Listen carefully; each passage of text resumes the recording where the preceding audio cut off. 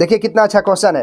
कह रहे 3 क्रमागत बट्टों 30%, 20% और 5% के समतुल्य बट्टा बताएं।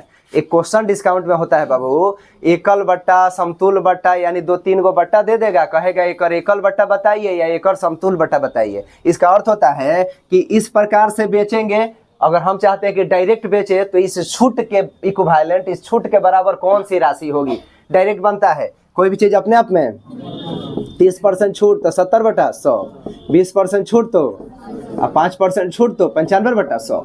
इसको काटेंगे, 100 से जितना कम होगा वही काट के बताइए कितना आ रहा है।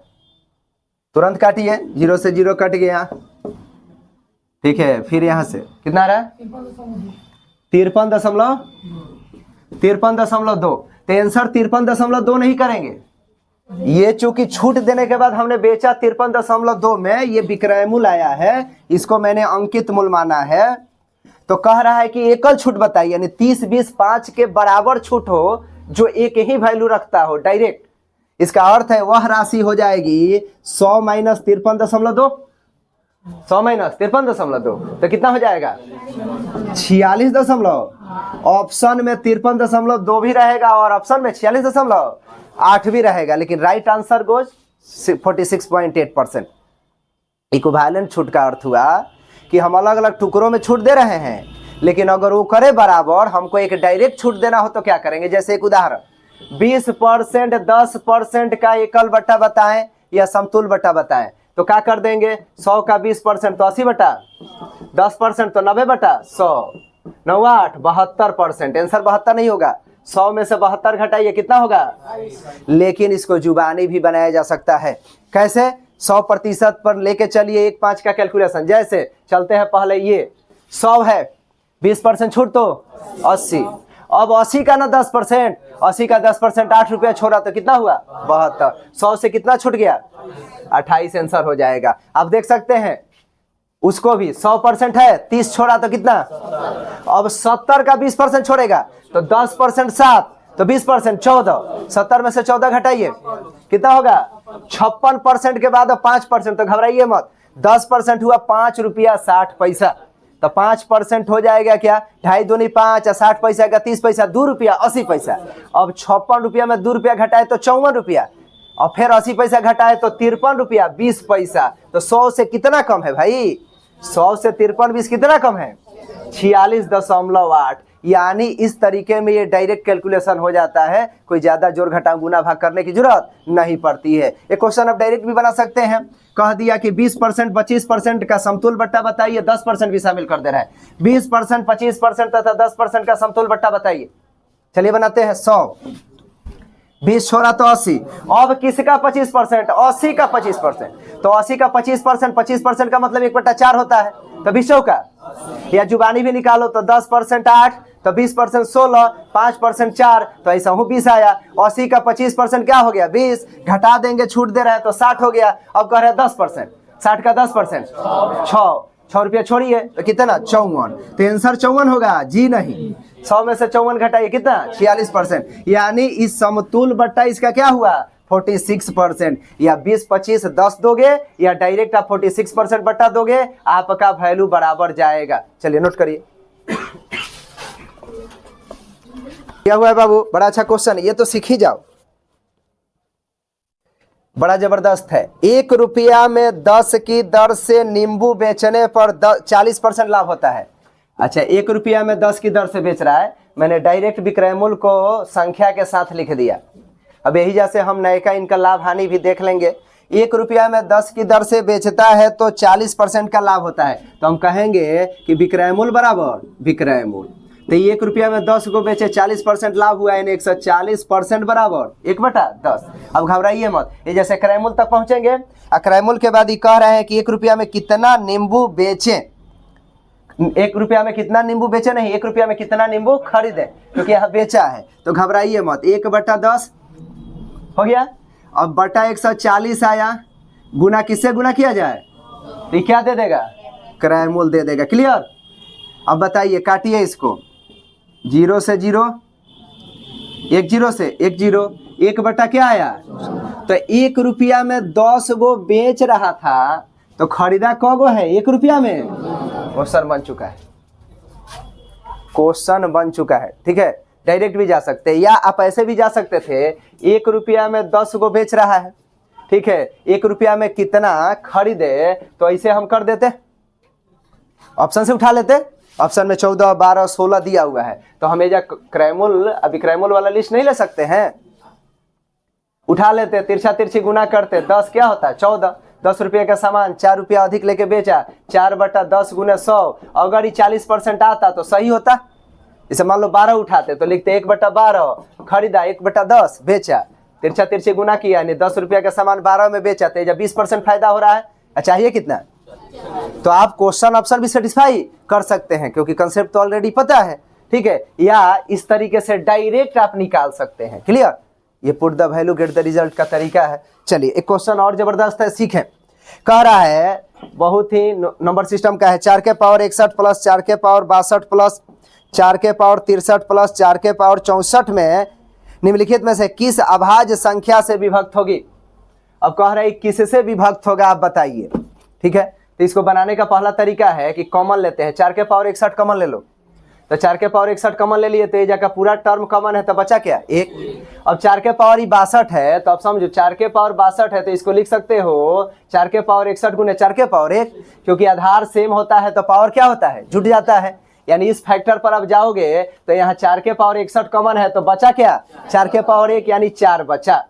फिर यहाँ 4 के पावर 63 है, तो समझ रहे हो 4 के पावर 61 कॉमन है, तो 4 के पावर क्या बचेगा 2 बचेगा। 4 के पावर क्या बचेगा, क्योंकि 4 के पावर 63 है, तो 4 के पावर 61 गुने 4 के पावर 2, समान आधार होने पर पावर क्या होता है, जुटता है। तो एक अर्थ है 4 के पावर 2 बचा, यहाँ 64 है तो क्या बचेगा 4 के पावर 3, यानी 4 के पावर 61 कॉमन हो गया। ये कुछ फैक्टर हमने निकाला, ये जिस अंक से कटेगा पूरी संख्या भी उस अंक से कट जाएगी। अगर दिए गए ऑप्शन में यह नहीं रहेगा तो क्या करेंगे, एक और टुकड़ा ले लेंगे, इसमें से थोड़ा सा मान बढ़ाएंगे और देखेंगे वो किसका फैक्टर है, उससे संख्या विभाजित होगी। तो 4 1 5, 4 का 16, 16 5 कितना हुआ 21, आइए 4 का क्यूब 64, तो 21 64 कितना हुआ 85, 85। अब पूरे संख्या को नहीं देखना है, केवल 85 को देखना है कि किस अभाज्य संख्या से कटे। तो 85 का फैक्टर देखो 5 और अब ऑप्शन देखेंगे, अगर ऑप्शन में 5 या 17 कुछ भी हो तो बात बन जाएगा। ऑप्शन देखते हैं हम लोग, क्वेश्चन दिया है 3 11 13 17, यानी क्वेश्चन क्या हुआ बन गया। लेकिन यहीं पे ऑप्शन बदल दे, यहीं पर ही 5 17 वगैरह न रहे, कह दे कि किस संख्या से विभाजित होगा, यहाँ तो अभाज्य संख्या पूछ दिया था, तो क्या करेंगे, ये सब ऑप्शन नहीं रहेगा तो एक स्टेप और बढ़ेंगे। इसको लिख सकते हैं 4 के पावर 60 गुने 4, फिर एक तोड़ सकते हैं, कुछ और उसमें से टुकड़ा निकालेंगे और उसका फैक्टर करेंगे, गुने 85। तो आप देख सकते हो 4 गुने 85 क्या हो जाएगा, 8 चौका 320, 5 चौका 20, 340। अब 340 का फैक्टर करो तो 2 से कट रहा है, 340 2 से कट रहा है। फिर देखो तो क्या 5 से कटबे करेगा, 5 से भी कट रहा है, 10 से भी कट रहा है, ऐसे बहुत से अंकों से कटेगा, तो उसमें से कोई ना कोई एक ही ऑप्शन टैली करेगा। ये चिंता का विषय नहीं है कि कौन सा ऑप्शन हो सकता है, 4 से भी चेक कर लिया जाएगा, अगर कटेगा तो काट दिया जाएगा। 8 चौका 32, 5 चौका 20, यानी 2 4 5 10 सबसे कट रहा है। तो अगर ऑप्शन में 17 17 5 वगैरह नहीं देता, ऑप्शन में 2 या 10 पर खेल जाता, अरे ऑप्शन तो ये भी सही है, ऑप्शन ये भी सही है, यानी ये भी इसका गुणनखंड है, ये भी इसका गुणनखंड है, तो किस स्तर पर ले जाकर आपसे वो क्वेश्चन बनवाना चाहता है ये आपको पता होना चाहिए। तो ऑप्शन मिलान कर लेंगे, क्योंकि जब तक ऑप्शन नहीं मिला आपकी जानकारी का कोई फायदा ऑब्जेक्टिव एग्जाम में नहीं होता है। चलिए नोट करिए, ऑलरेडी नीचे दिया है a square minus ab plus B square, तो ये कैंसिल आउट हो जाएगा।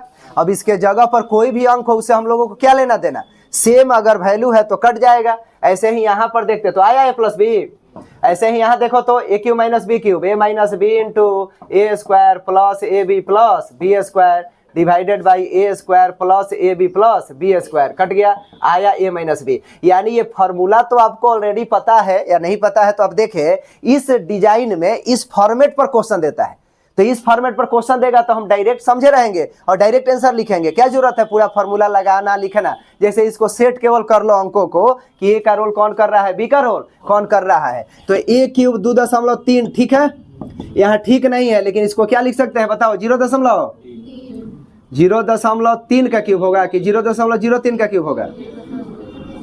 0.03 का क्यूब हो गया बटाई 2.3 का स्क्वायर, तो ए स्क्वायर हो गया। अब प्लस तनी है, देखो तो 2.3 में 0.03 से गुना करोगे तो हो जाएगा 69।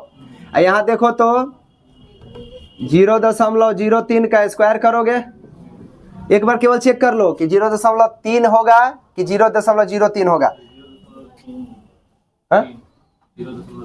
3 का 27 हो रहा है ना?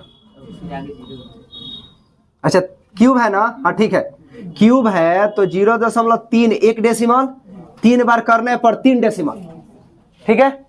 ऐसे 2 डेसिमल तो 3 बार करने पर ज्यादा डेसिमल हो जाता, इसलिए 0.3 है यहाँ पकड़ में आया, क्योंकि 0.3 का स्क्वायर करोगे तो ये 1 डेसिमल है, तो 2 डेसिमल पर 2 अंक के बाद डेसिमल पड़ेगा, यानी साफ सुथरे तौर पे यहाँ लिख सकते हैं 0.3। यानी इसको बनाइए, लिख दे रहे हैं फिर से, ध्यान से देखिए।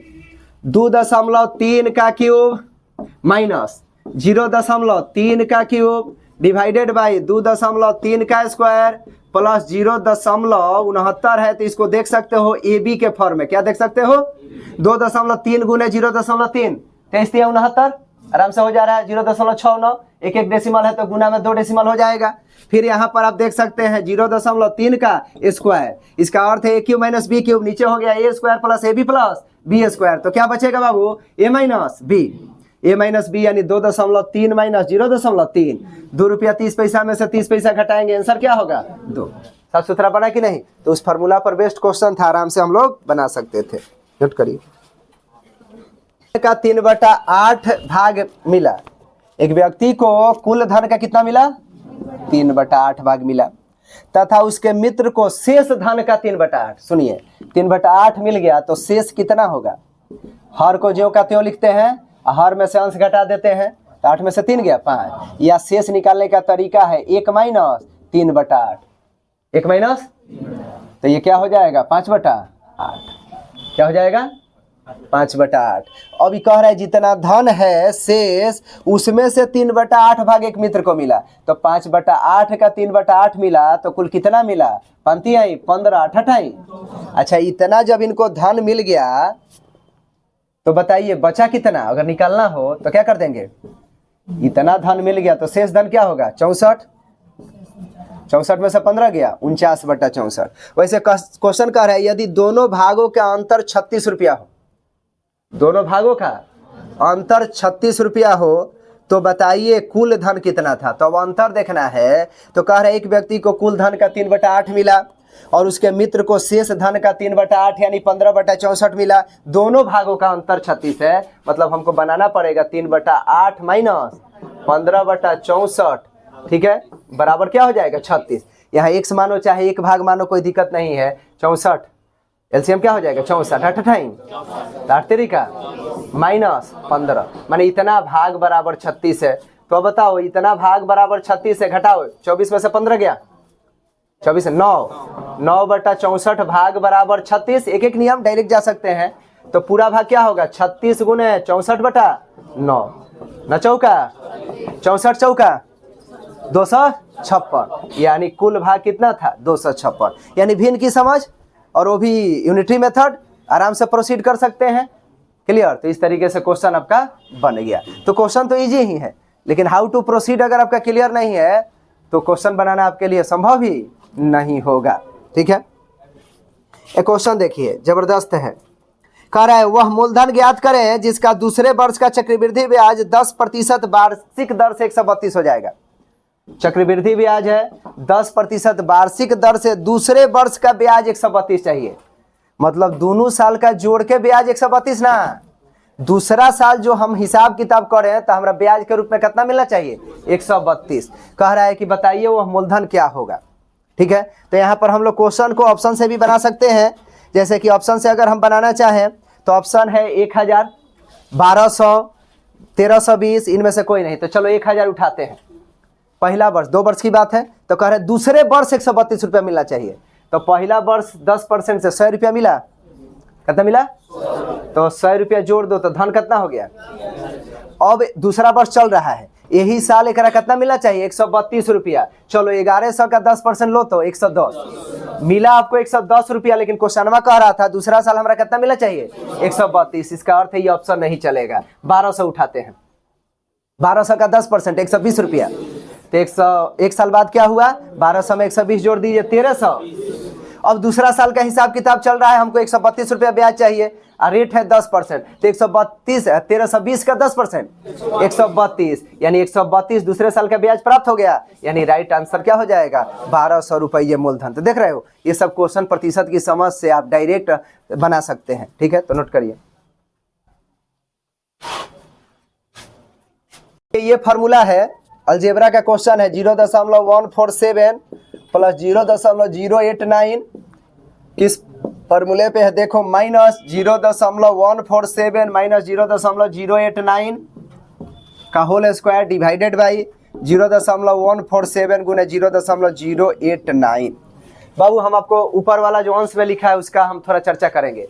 कितना बार a प्लस बी के होल स्क्वायर में a माइनस बी का होल स्क्वायर जब घटाते हैं तो बचता है 2 into A square plus B square. 2ab वाला टर्म क्या होता है कट जाता है, लेकिन जब a प्लस बी के होल स्क्वायर में a माइनस बी का होल स्क्वायर घटाते हैं तो a स्क्वायर और बी स्क्वायर वाला टर्म क्या होता है, क्योंकि माइनस साइन के कारण प्लस वाला माइनस हो जाता है, बच जाएगा क्या 2ab तो कितना होगा 4ab। यानी अगर ऐसा कुछ लिखा हो तो डायरेक्ट क्या लिखेगा, अगर ऐसा कुछ लिखा हो तो क्या लिखेगा।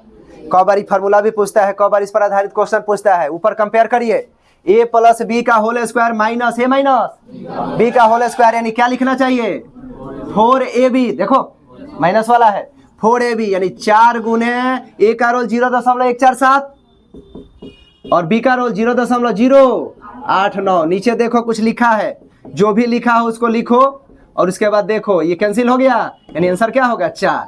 अगर आपको दिख रहा था कि ए बी नीचे सेम वैल्यू है तो डायरेक्ट आंसर 4 भी कर सकते थे आप। चलिए नोट करिए।